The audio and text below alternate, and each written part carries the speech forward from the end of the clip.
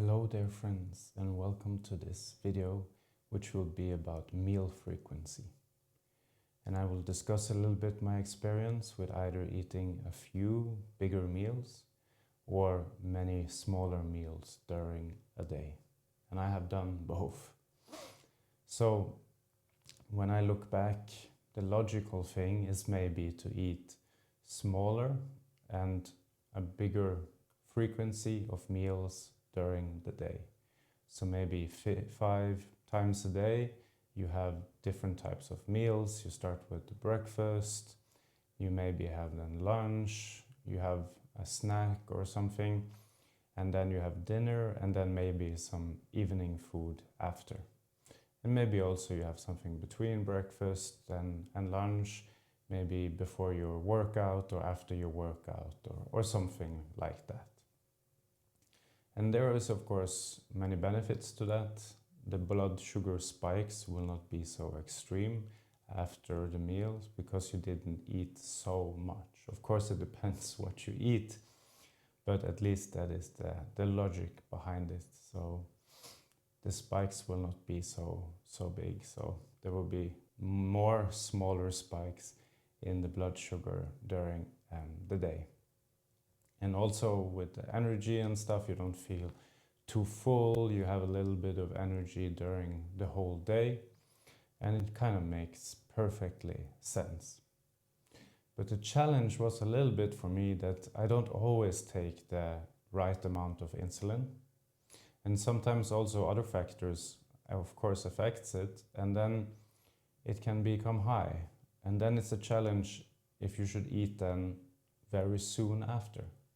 So you don't have the time for it to really come down before you are going to eat again.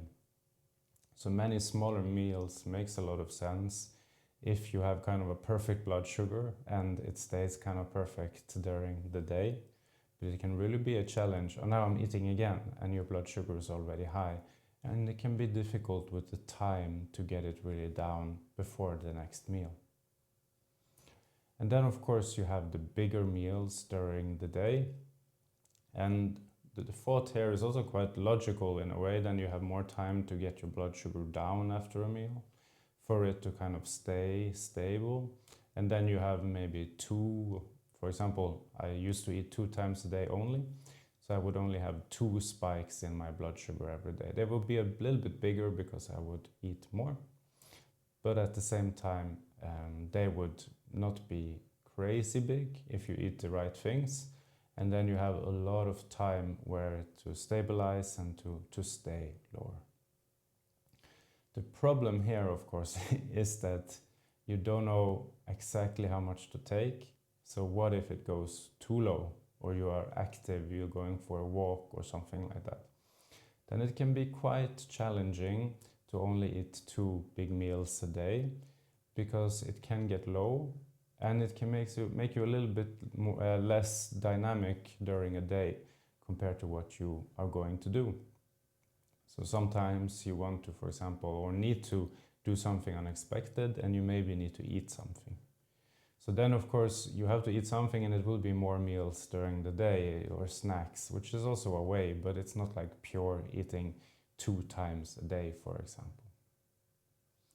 So it has some benefits. You have a lot of time to get the blood sugar down and for it to stay down for a longer time between the meals.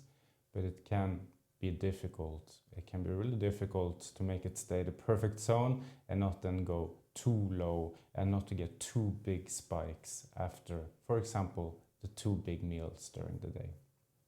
And then of course you have something in the middle, you know, maybe 3 meals a day. Like for me, I'm not the most hungry for breakfast, so maybe then it would be lunch, dinner, and something in the evening. Or for somebody else, it could be breakfast, lunch, and dinner, and you have then 3 meals a day. So then it's somewhere in the middle. The spikes will be medium big because you have medium meals, and also you have then more time also for it to get low and stay low, but not so much, of course, as if you only had 2 meals during the day.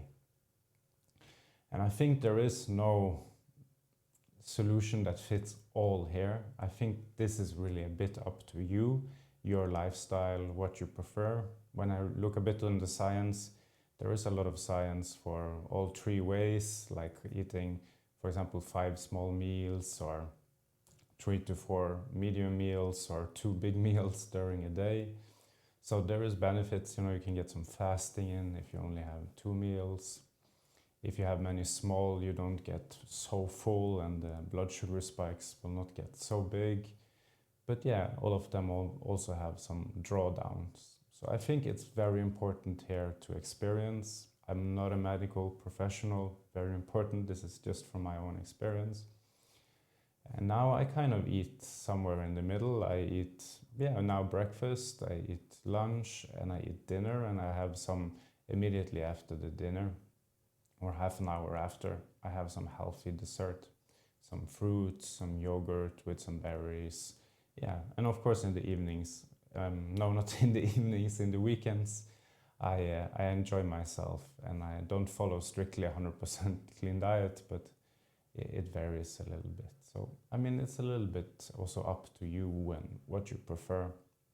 But consistency, I think, is very important. If you always mix it up every day, sometimes 3 meals, 2 meals, 6 meals, then I think it can be very confusing and very, very difficult.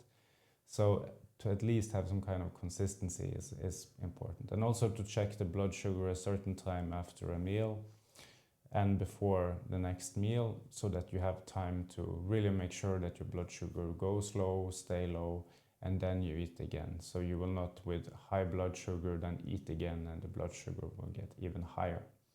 Before, when I had to stick my finger, I wouldn't measure, more than maybe 3 times, 4 times a day.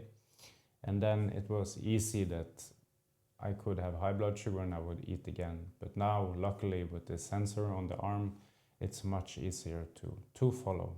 But of course you can follow too much, but that will be for another episode. So as I said, I think there is no solution that fits everybody here, one fits all.